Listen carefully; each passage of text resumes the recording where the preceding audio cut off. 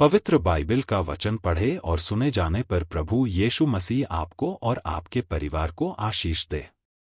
पवित्र बाइबल नहमायाह की पुस्तक का 2 अध्याय वचन 1 से 20 यह कहता है। वचन 1 अरतक्षत्र राजा के 20वें वर्ष के नीसान नाम महीने में, जब उसके सामने दाखमधु था, तब मैंने दाखमधु उठाकर राजा को दिया। इससे पहले मैं उसके सामने कभी उदास न हुआ था। वचन 2 तब राजा ने मुझसे पूछा, तू तो रोगी नहीं है, फिर तेरा मुंह क्यों उतरा है? यह तो मन ही की उदासी होगी।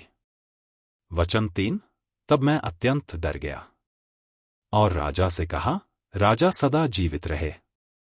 जब वह नगर जिसमें मेरे पुरखाओं की कब्रें हैं उजाड़ पड़ा है और उसके फाटक जले हुए हैं, तो मेरा मुंह क्यों न उतरे?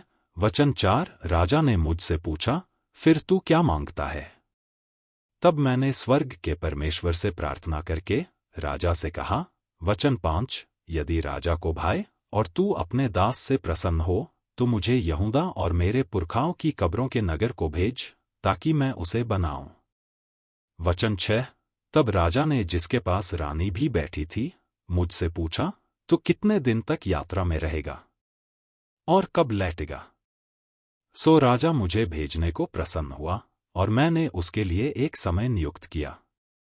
वचन 7 फिर मैंने राजा से कहा, यदि राजा को भाए तो महानद के पार के अधिपतियों के लिए इस आशय की चिट्ठियां मुझे दी जाएं कि जब तक मैं यहूदा को न पहुंचूं, तब तक वे मुझे अपने अपने देश में से होकर जाने दें। वचन 8 और सरकारी जंगल के रखवाले आसाप के लिए भी इस आशय की चिट्ठी मुझे दी जाए, ताकि वह मुझे भवन से लगे हुए राजगढ़ की कड़ियों के लिए और शहरपनाह के और उस घर के लिए जिसमें मैं जाकर रहूंगा लकड़ी दे। मेरे परमेश्वर की कृपा दृष्टि मुझ पर थी, इसलिए राजा ने यह विनती ग्रहण किया। वचन 9 तब मैंने महानद के पार के अधिपतियों के पास जाकर उन्हें राजा की चिट्ठियां दी। राजा ने मेरे संग सेनापति और सवार भी भेजे थे। वचन 10 यह सुनकर कि एक मनुष्य इस्राएलियों के कल्याण का उपाय करने को आया है, होरोनी संबल्लत और तोबिया नाम कर्मचारी जो अम्मोनी था, उन दोनों को बहुत बुरा लगा। वचन 11 जब मैं यरूशलेम पहुंच गया, तब वहां 3 दिन रहा। वचन 12 तब मैं थोड़े पुरुषों को लेकर रात को उठा। मैंने किसी को नहीं बताया कि मेरे परमेश्वर ने यरूशलेम के हित के लिए मेरे मन में क्या उपजाया था, और अपनी सवारी के पशु को छोड़ कोई पशु मेरे संग न था।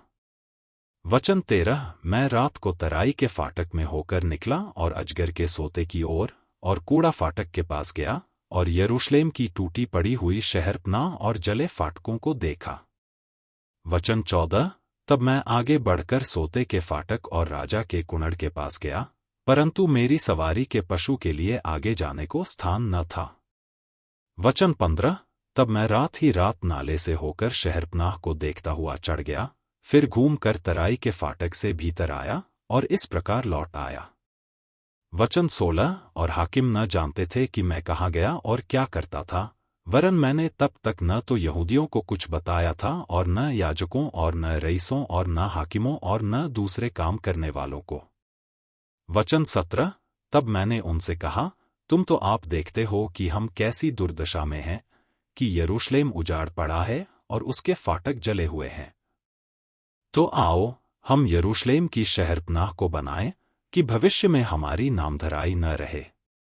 वचन 18 फिर मैंने उनको बतलाया कि मेरे परमेश्वर की कृपा दृष्टि मुझ पर कैसी हुई और राजा ने मुझसे क्या क्या बातें कही थी। तब उन्होंने कहा, आओ हम कमर बांधकर बनाने लगे। और उन्होंने इस भले काम को करने के लिए हियाव बांध लिया। वचन 19 यह सुनकर होरोनी संबल्लत और तोबिया नाम कर्मचारी जो अम्मोनी था और गेशेम नाम एक अरबी हमें ठट्ठों में उड़ाने लगे और हमें तुच्छ जानकर कहने लगे, यह तुम क्या काम करते हो? वचन 20 क्या तुम राजा के विरुद्ध बलवा करोगे? तब मैंने उनको उत्तर देकर उनसे कहा, स्वर्ग का परमेश्वर हमारा काम सफल करेगा, इसलिए हम उसके दास कमर बांधकर बनाएंगे, परंतु यरूशलेम में तुम्हारा न तो कोई भाग, न हक्क, न स्मारक है। यदि आप विश्वास करते हैं तो यह वचन सभी विश्वासियों को भेजें और इस चैनल को प्रभु यीशु मसीह के नाम से सब्सक्राइब करें और आशीष प्राप्त करें। धन्यवाद।